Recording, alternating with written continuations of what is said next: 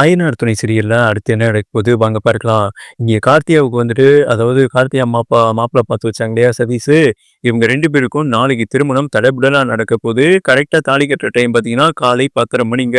இந்த சூழல்ல வந்துட்டு கட் அவுட்லாம் வச்சு சேரன வந்துட்டு கார்த்திகா அப்பா வந்துட்டு வெறுப்பேத்த அந்த சைடா தான் வந்துகிட்டு இருக்காரு. மச்சான் மாப்பிள வந்துட்டு நல்லவரியா, நல்ல வேலை பார்க்குறாருய்யா, கை நிறையா சம்பாதிக்கிறாரு, பெரிய வீடு அப்படின்னு சேரன வந்துட்டு நக்கல் பண்ண. ஆனா, கார்த்தியாவுக்கு வந்துட்டு மனசு கேட்கவே இல்லங்க. சேரனும், பாண்டியனும் அந்த வழியா வராங்க. கார்த்திகா ஜன்னல் வழியா வந்துட்டு எப்படியாவது அந்த ஆண்டவன் தான் எங்க 2 பேத்தையும் சேர்க்கணும். மாமாவையும் என்னையும் கேட்கணும் அப்படின்னு வந்துட்டு வேண்டிக்கிறாங்க. இந்த சூழல்ல அவங்க வேண்டுதல் வந்துட்டு பலிச்சிருக்கு என்றே சொல்லலாங்க. எப்படி கார்த்திகா வந்துட்டு சேரன் மாமாவ தான் உயிருக்கு உயிரா லவ் பண்றாங்க. ஆனா, பெற்றோர்கள் கட்டாயத்தினால வந்துட்டு இன்னொருத்தவனுக்கு கழுத்த நீட்டுற மாரி சிச்சுவேஷன் ஏற்படுதுங்க. அதே மாரி தான் அந்த மாப்பிள்ளைக்கும் அதாவது கார்த்திகா எப்ப திருமணம் பண்ண போறாங்க இல்லையா சதீஷு, அவனும் என்ன பண்ணியிருக்கான், ஐடி துறையில வேலை பார்க்குறான் இல்லையா, ஒரு பொண்ண உயிருக்கு உயிரா லவ் பண்ணியிருக்கான். ஆனா, இவங்க வீட்ல வந்துட்டு இந்த மாப்பிள்ளை வீட்ல வந்துட்டு ஒத்துக்கல. காரணம் என்னன்னா, அவன் லவ் பண்ணது வந்துட்டு ஒரு முஸ்லீம் ஓகேவா? அதனால இந்த மாரி மதம் மாறியெல்லாம் கல்யாணம் பண்ணக்கூடாதுன்னு இந்த மாப்பிள்ளை வீட்ல வந்துட்டு இவன கண்டிச்சிருக்காங்க. இல்லாட்டினா வந்துட்டு நாங்க உயிர விட்டுருவோம்பா பார்த்துக்க. நாங்க சொன்ன பொண்ண தான் நீ வந்துட்டு திருமணம் பண்ணிக்கிறணும். அப்படிதான் கார்த்தியா சூழல் தான் அந்த மாப்பிள்ளைக்கும் சதீஷுக்கும் வந்துட்டு ஏற்பட்டிருக்கு. ஆனா, அந்த முஸ்லீம் பெண்ண லவ் பண்ணாரு இல்லையா? அந்த பொண்ணு பார்த்தீங்கன்னா, சதீஷ வந்துட்டு பிளாக்மெயில் பண்ணுதுங்க.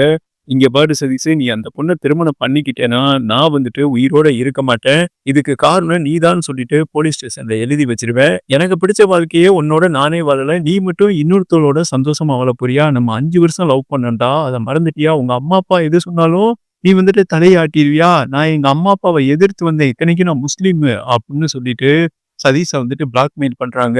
ஏன்டா 5 வருஷம் லவ் பண்ணியிருக்கோம். உங்க அம்மா அப்பாவுக்காண்டி ஒரு பெண்ண வந்துட்டு தூக்கி எறிஞ்சுட்டு போறீயேடா! வெட்கமா இல்லையாடா? நீ எல்லாம் ஒரு ஆம்பளையாடா? அப்படின்னு அந்த பொண்ணு நங்கு நங்குன்னு கேட்க நறுக்கு நறுக்குன்னு.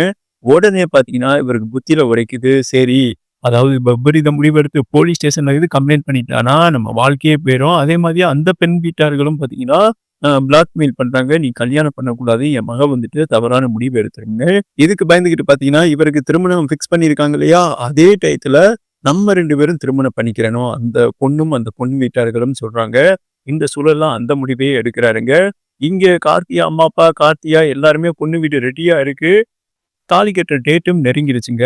ஆனா வந்துட்டு மாப்பிள்ளை வரல. கார்த்தியா அம்மா, கார்த்தியா அப்பாலாம் வந்துட்டு, "எங்கேயா மாப்பிள்ளை? தாலி கட்டுற டைம் நெருங்கிருச்சுயா? டைம் முடிய போதுயா? எங்கேயா மாப்பிள்ளை? இந்த வேலையில இருப்பான். என்னையா வேலை?" அப்படின்னு வந்துட்டு பிரஷர் குடுக்க, அதுக்கப்புறம் பார்த்தீங்கன்னா, மாப்பிள்ளை வர தாமதமாகுது. அதுக்கப்புறம் தான் விஷயம் தெரியுது. அந்த பையன் வேலை பார்க்குற பொண்ணோட கல்யாணம் பண்ணிக்கிட்டான். அந்த பொண்ணு முஸ்லீம் பொண்ணுன்னு இவங்க அம்மா, அப்பாவுக்கு வந்துட்டு தெரிய வருதுங்க.